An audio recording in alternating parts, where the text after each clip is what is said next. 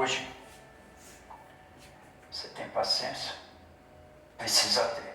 Você tem paciência? Precisa ter. Você tem paciência? Precisa ter. E você? Você é paciente até demais certas coisas, né? Ele tem, todos têm. Suave. E você? Você tem paciência? Tem. Esse é um dos pontos porque a gente sofre. A falta de paciência. A falta de paciência, ela anda de mãos dadas com a raiva. A raiva é parente do ódio. E todas elas abraçam a inveja. E todas elas trazem problema para o fígado, problema mental, que é a ansiedade. Vocês entenderam como é? Por isso que é bom a gente andar em paz. Turbulência, todos nós temos que passar. Todos nós. A primeira que viemos aqui, o que acontece? A gente sentiu no ar, de 3 parece que puxamos, saiu todas elas uma só, sobre a inveja. Quando a gente obtém alguma coisa, no caso de vocês, nós já passamos por isso, você não percebeu. Quando a gente tem as coisas, todo mundo é acreditado, só vê a cachaça que você bebe, mas ninguém vê seu estômago. Ninguém. E às vezes dentro da própria família, não cresce, mas também não quer ver ninguém crescer. Então você imagina os colegas, os amigos, não precisou de mim. O olho gordo é a pior macumba que tem. E a força que a gente acaba dando para o nosso inimigo é se entregando, se deixar. A gente se afasta um pouquinho de Deus. Às vezes a gente chega até, Deus, o senhor também está louco mesmo. A gente sempre deve acreditar que a gente tem que passar por isso, porque ninguém vai passar por vocês, ninguém passa pela coisa, pela trilha que a gente passa. E se a gente não pode sentar ou deitar ou se abaixar e desistir, vamos continuar seguindo? Uma hora a gente acerta. É preciso ter fé. Então vou contar aqui um exemplo, hoje, de Jó. Quem sabe a história de Jó?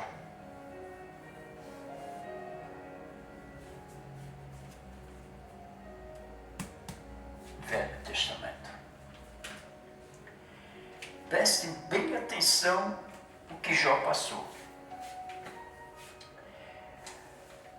Quando passamos por uma sequência de fatos turbulentos, ou quando acontecem muitas coisas que testam nossa capacidade de resignação, dizemos que é preciso ter paciência de Jó para tudo suportar. Isso a gente fala, isso é um ditado, paciência de Jó. Então, nada é à toa. É igual falar espírito de porco, nada é à toa. É quando Jesus jogou o espírito dos porcos, então tudo tem um porquê. A expressão remonta a uma das mais antigas histórias narradas na Bíblia. Vamos lá então. Jó era um homem mais rico da região em que vivia. Possuía milhares de ovelhas e camelos, centenas de juntas de bois e jumentos. Uma imensa propriedade, 7 filhos, 3 filhas e grandes quantidades de criados. Era considerado um homem bom, justo e temente a Deus. A fé de Jó foi severamente testada quando o mal o atingiu de diferentes formas. Olhem só a paciência de Jó, como Jó sofreu. No mesmo dia, sua propriedade foi invadida e saqueada, seus rebanhos foram roubados, seus empregados assassinados e seus filhos e filhas morreram quando a casa desabou sobre eles em meio a um vento muito forte vindo do deserto. Ora, Jó não era tão diferente de nós, fisicamente, por sentir dor, mas Jó se entristeceu profundamente, prostrou-se no chão e orou. Não se revoltou. Reconheceu que tudo que tinha havia sido dado por Deus e que o Senhor achara por bem tirar tudo dele. Dessa forma, afirmou sua fé e mostrou resignação à vontade do Pai. Entretanto, as problemáticas continuaram. Ele teve o corpo coberto de chagas que naquela época era temida lepra. Sua esposa, atormentada pela dor, disse que ele deveria amaldiçoar Deus e morrer. Olha o espírito de Eva sobre Adão. Come a maçã. Meu, esse Deus não vale nada. Olha só como o maligno usa os companheiros, né? Contudo, Jó permaneceu firme em sua fé. A esposa revoltada fez o quê? O abandonou. Sozinho, isolado, Jó foi visitado por 3 amigos que, em vez de consolá-lo, tentaram convencê-lo de que Deus o estava castigando por seus muitos pecados. Jó discordou deles, reafirmou sua fé na bondade e justiça divina e ainda orou ao Senhor para que não punisse seus amigos. Por sua fé inabalável, por sua paciência em tudo suportar, após algum tempo, o Pai Celeste lhe permitiu a restituição da saúde, curando-o da lepra. Depois, Jó conseguiu reaver e duplicar todos os seus bens.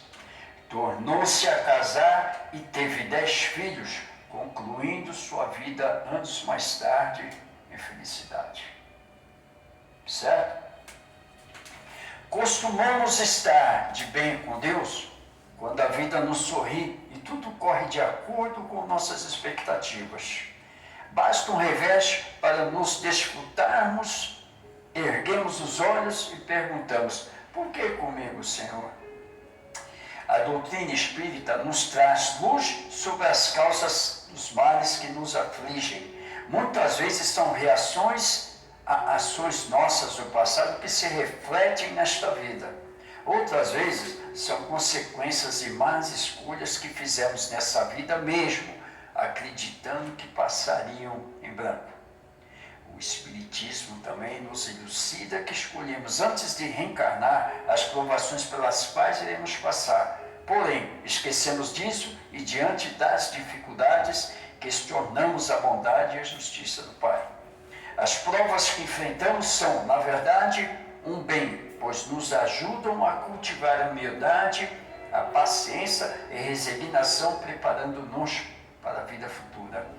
Se tivermos fé em Deus e confiança nas leis divinas, encararemos o sofrimento como um resgate, um pagamento de dívidas contraídas anteriormente.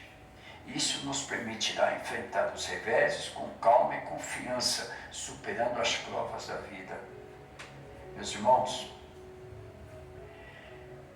ter fé é guardar no coração a luminosa certeza em Deus.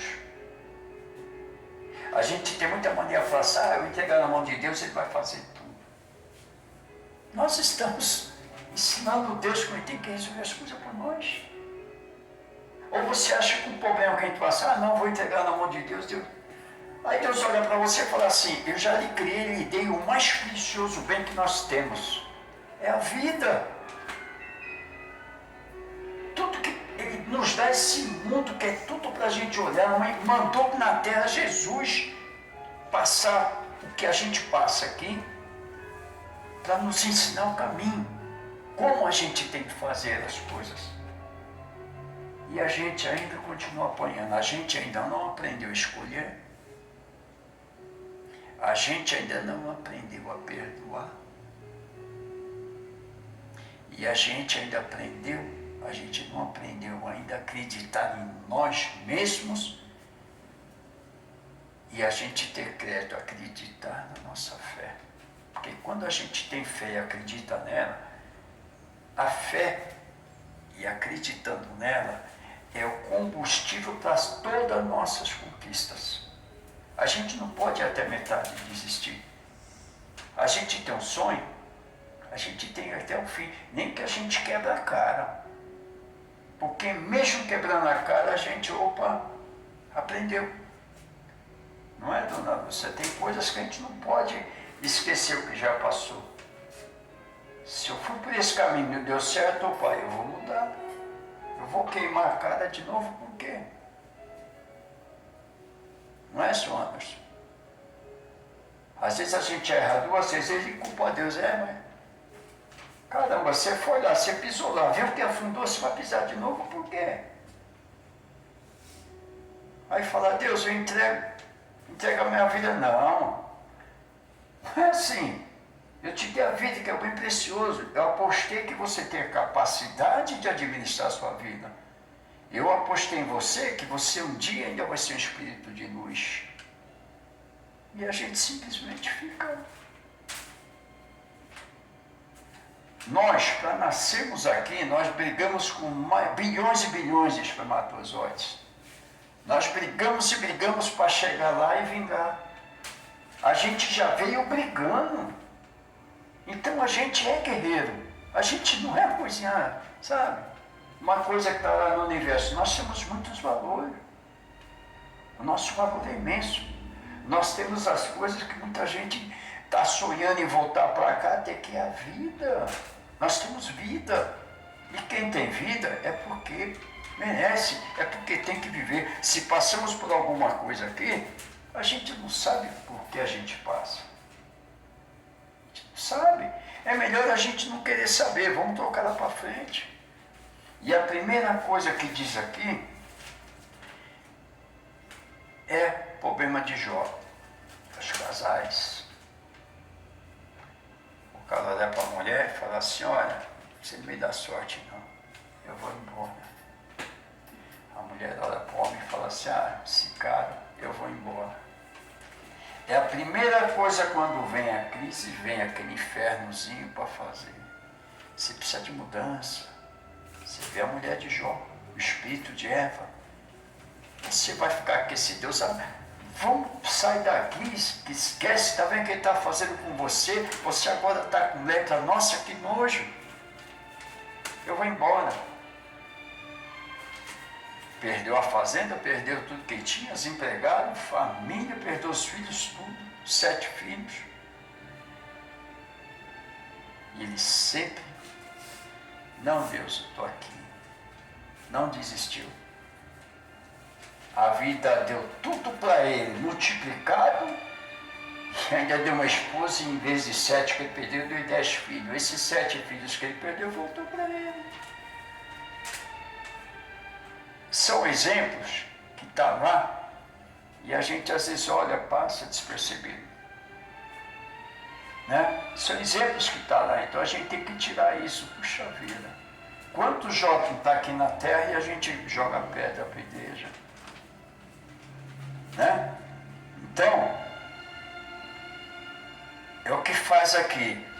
Se tivermos fé em Deus e confiança nas leis divinas, encararemos o sofrimento como um resgate, um pagamento de dívidas contraídas anteriormente. Isso nos permitirá enfrentar os reveses com calma e confiança, superando as provas da vida. Ter fé é guardar no coração a luminosa certeza em Deus. Não podemos deixar as luzes da esperança se apagar. A nossa fé, o nosso crédito com a nossa fé é a luz da esperança que nós temos que manter sempre acesa. Hoje não deu certo, pode ser que amanhã não dê, mas uma hora vai dar. Tá certo? Alguma pergunta, meu querido? Alguma dúvida que você tem? Você tem certeza? Você, Euridice. Hoje você está mais pensativa que outro dia. Tudo tem seu tempo. Eu vou plantar, vou jogar semente. Às vezes você joga a semente, ela vai nascer alguma coisa, mas a maioria não nasce. Porque você tem que cuidar da terra com carinho. Certo? Você quer uma colheita bem feita? Então cuida bem da terra, planta a sementinha e pode esperar. Você não pode xingar, vai logo, nasce que eu quero pegar sua sombra. Não, você está fazendo um bem na natureza. Amanhã ou depois você pode voltar. Usar aquela sombra, seus filhos, seus netos. Então tudo que a gente faz na terra aqui é uma missão que a gente tem de produzir. É por isso que muitas vezes tem filhos, tem pai, mas não pensa nisso. Eu não vou plantar árvore para quê? Não vou nem ver. Escuta, seus filhos, seus netos, bisnetos, um dia vai estar ali naquela sombra e você de repente vai estar voltando como se fosse o neto da sua própria essência e estar olhando, puxa vida, que coisa gostosa, fui eu que plantei. A gente tem que pensar assim, igual o pensamento índio. O índio faz para assim. Eu estou vendo lá no futuro como José Anchieta, quando ele chegou em São Paulo, aquela taverna, ele olhou, ele viu a cidade, ele falou, nossa, aqui vai ser o início dessa cidade. E os caras falavam que ele era meio pneu. Olha a visão que ele teve. Quando Jesus chegou naquele monte, o diabo falou assim para ele, adora-me, isso tudo vai ser. Que mundo que ele estava mostrando para Jesus, gente. Era isso que a gente vive. E Jesus fala assim, enquanto Jesus fala, eu não sou desse mundo. O diabo bate a pé, mas você vai ter que ser, isso é assim. Então a gente tem que ter perseverança na nossa fé. Vamos desistir dos nossos sonhos, vamos acreditar. Tá bom? Esse é o remédio que Deus dá. Quer guardar? Obrigado, gente.